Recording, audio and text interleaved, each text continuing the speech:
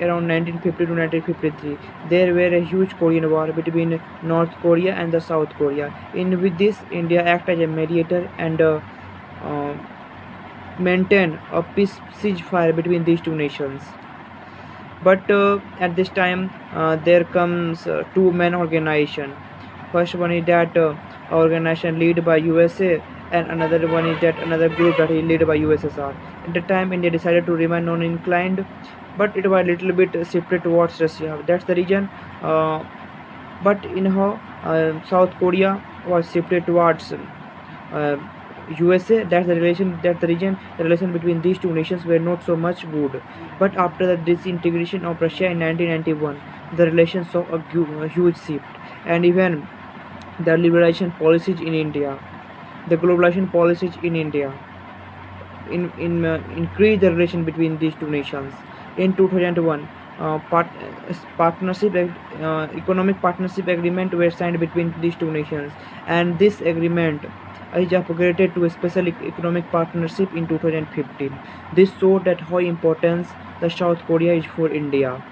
Another perspective is that still south the trade between these two nations is around 22 billion US dollar, and in this India faced a huge trade deficit, but the relation is good, and even South Korea support India at various international multilateral forums like UN, G20.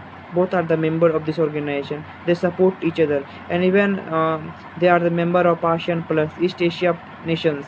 These are countries are the members, and collectively they works for the regions of uh, for their better development in the region in these nations. To boost the policies, South Korea launched Southern Policy. Under this, India was plays an important role. Basically the Southern policy comprises that it focus South Korea on southern part of Asia. India is also including this, and India also launched Act East policy, and Act East policy South Korea plays an important role under this. So mutual understanding and mutual benefit is the key pillar of the relation between these two nations. Now talking about the relations between South Korea and North Korea in the region in defense sector. In 2005, our agreement that is signed between an agreement or to cooperation in defense and logistics sectors. This agreement is between these two nations, and even these two nations have been taken part. The Coast Guard of these two nations have been taken part in several exercises. 5 exercises has been conducted between these two nations, especially for the Coast Guards, and the name of this exercise is Sayog Javelin. And in 2018, there is a Indian Defense Minister Rajnath Singh and his South Korean counterparts established a in the Friendship Park at Delhi cantonment. This show that the relation between these two countries will boost in nearby future. Not talking about some relation in trade, India's top brand car like Hyundai and recently Kia are from South Korea. Recently, there is a controversy in India regarding some profit profit issues, but still, the Hyundai is one of the popular car for Indians, and one more reason is that South Korea is invested. Total investment of South Korea in India is 7 billion US dollar, and this creates a big things between the relation between these two nations. Not talking about challenges, there are several challenges between these two nations. First one is stagnation at economic partnership. Uh, Basically, the agreement of trade were signed between these two nations in 2010, but till yet the trade between these two nations is stagnant up to 22 billion US dollar. Still, there is a mark that this trade will cross 50 billion US dollar in 2030, but it seems to be impossible at this moment of time. But whatever will be the situation, we will watch now. Second one is that cultural prejudice on both, preventing people to people contact. Basically, the lifestyle, their living standard, their cultural ties of these nations are quite different. Both the peoples are of different ideologies, and one more important thing is that South Korean people discriminate Indians. That's the reason that bond people to people bonding are not able to meet between the South Korean and the Indian culture. That's the reason Indian diaspora show a low result, a low value in the region of South Korea. Another one is that since the unavailability of internet system and other system in South Korea believed that India is still a poor country that was in during the time of Second World War. But this is not true. Uh, Friends, no one is permanent enemy and no one is permanent friends in international order. The only thing is that the interest of a country. The relation between India and South Korea have faced some these types of issue before 1991 and after 1991.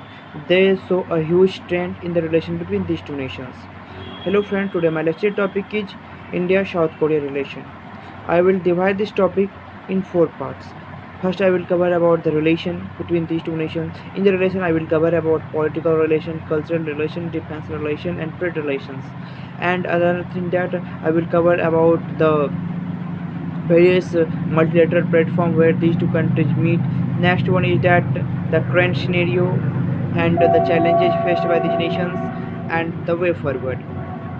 Recent, these countries share a common cultural linkage. Not common linkage, but there is some cultural linkage between these two nations.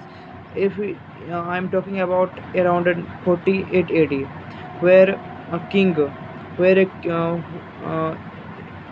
where according to the Shamyuk Yusha, the heritage of the three kingdoms, written that there is a princess from Ayodhya, Sritna, who went to South Korea, and here he met to the king, and he changed his name to Hur Hyung Ok. And latest when in latest scenario when the president of South Korea came in India, there is a friendship park under this name was established in India. And in also when travelers from South Korea visited India, he also wrote such types of thing that he also linked the cultural linkage between India and South Korea in his book The Pilgrimage of Five Indian Kingdoms, in which he briefly explained about the cultural, politics, and various interaction between Indians and South Koreans.